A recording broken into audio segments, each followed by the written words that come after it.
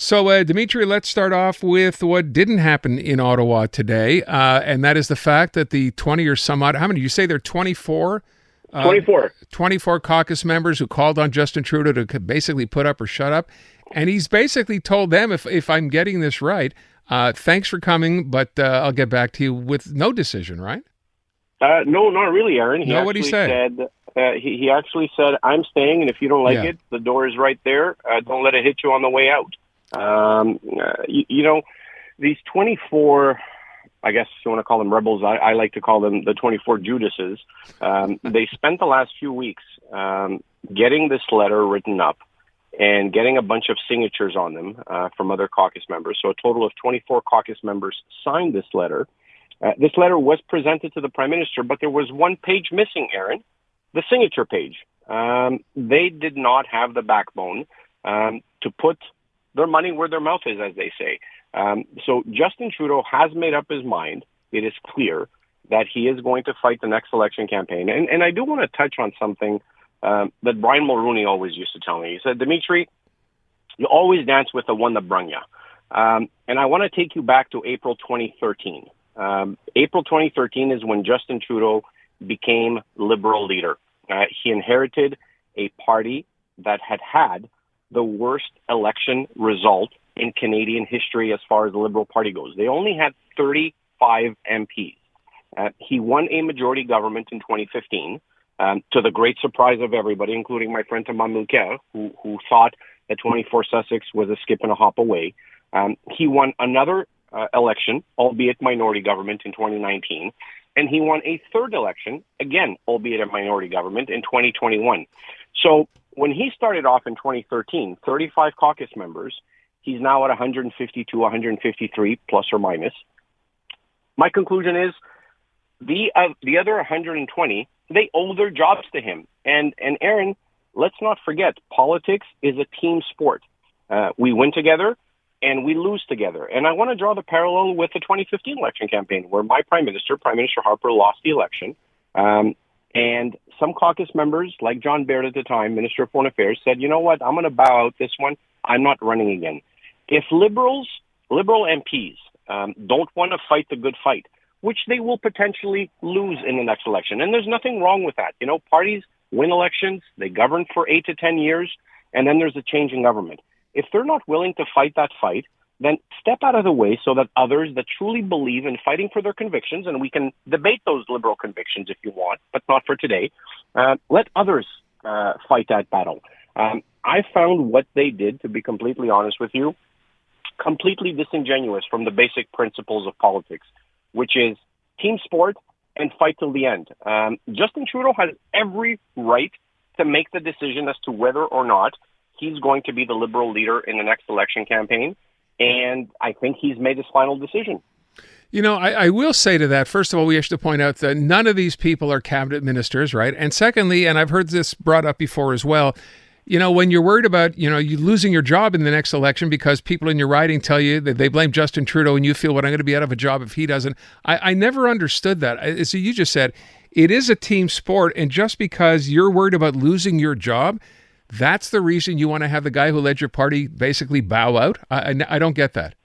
It's completely spineless in my view. And it's a sense of entitlement. You know, the irony of ironies is that they wouldn't even have a job if not for him, right? Justin Trudeau. Yeah. And let's not forget there are some basic principles, some basic rules in politics. Right now, we're commenting on polls.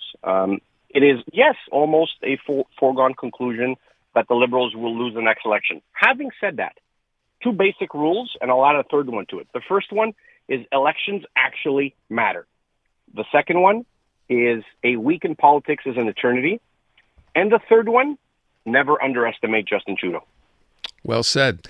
Let's move from federal politics to municipal politics. So we have Valerie Plante, surprising, I think, most people yesterday, announcing she will not seek a third term. And then today, it didn't take very long, all sorts of names being floated, everyone from Dominic Anglade to Denis Coderre as potential candidates, rather, to run in an upcoming municipal election. What do you know? What do you think? So, very interesting timing for Mayor Plante. I think that in part, She saw the polling numbers that don't give her a guaranteed victory, but I don't think that's the final reason that led her to, over the weekend, call her most trusted advisors, her chief of staff, and so on, and say, I'm not running a third time. I'm going to finish my mandate. She shows a certain sense of wisdom. And Aaron, I would never vote for somebody like Valérie Plante. Having said that, she shows a sense of wisdom that, and I remember, the first day in government, February of 2006, we all have fire in the belly on day one. We've conquered the world, and we're going to change the world, and we're going to do good things. After a decade of serving Prime Minister Harper, my gas tank was empty, and probably Prime Minister Harper's gas tank was empty too. It's good at some point to just say, you know what, I've given my everything, I've brought it as far as I can. It's now time for somebody else, which is something that the Americans do, as you know. They have term limits for their presidents, but after 8 years, no matter how great you are, you can't run again. Having said that, in terms of succession for Valérie Plante, there's a lot of scenarios. Number one, there's clearly going to be members of Projet Montréal, and the three names that are circulating is Luc Rabouin, Gracia Katoki, Robert Baudry, who within the party will probably want to seek the leadership. I suspect there's also going to be members of Québec Solidaire, MNAs from Québec Solidaire. Today, Vincent Marissal did not rule out running for the leadership of Projet Montréal or for the mayoralty of Montreal. Of Montreal, that's right. I think Projet Montréal is going to be reluctant to have somebody from Québec Solidaire come in and take over the party. I also think, and it would be wise, if their leadership race would happen as quickly as possible, sometime in January or February of 2025. But then there's the unknown. And the unknown that I have right now is not so much Denis Coderre or Dominique Anglade. Are federal liberals, like Mélanie Joly, like Mark Miller, who is probably one of the most competent ministers that Trudeau has in his cabinet, are they potentially going to decide to say, you know what, we're going to take a pass on federal politics and come and run for the mayoralty of Montreal? I'm curious. Are you telling me that's inside information, or that's just your theory? No, this one is not inside information. This is my theory, speculation, trying to read the tea leaves. Okay. I would suggest to you, I think in the case of Mélanie Joly, and she was here about a week ago on the show, I think, if you ask me, Mélanie Joly wants to one day be Prime Minister of Canada. That's her thoughts today. Maybe she's going to lie down, the feeling's going to go away, and then she'll say, well, maybe I'll want to be mayor of Montreal.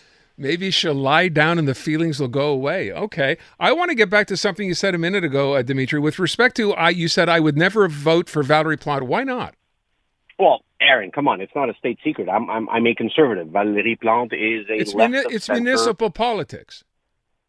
Well, I believe in lower municipal taxes. Okay. I believe in focusing on true priorities, like, for example, the basic services, garbage collection, snow plowing, making sure that our infrastructure in terms of public transit and our roads are in good shape.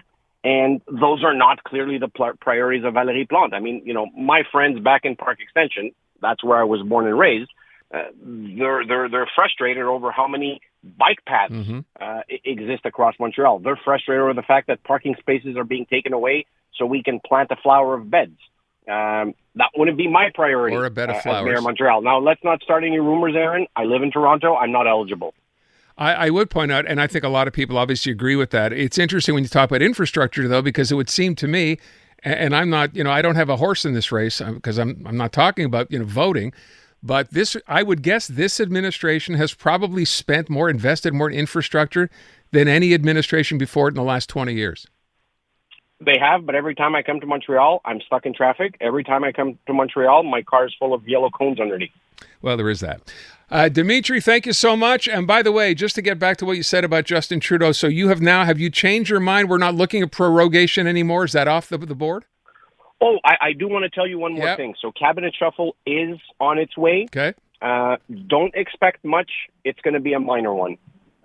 Okay. But I'm at prorogation. Is that now off the table? No, I don't think it's off the table. Okay. I think it's still something the Prime Minister should consider. Dimitri, thanks so much. Good talking to you. Always a pleasure, There Aaron. you go.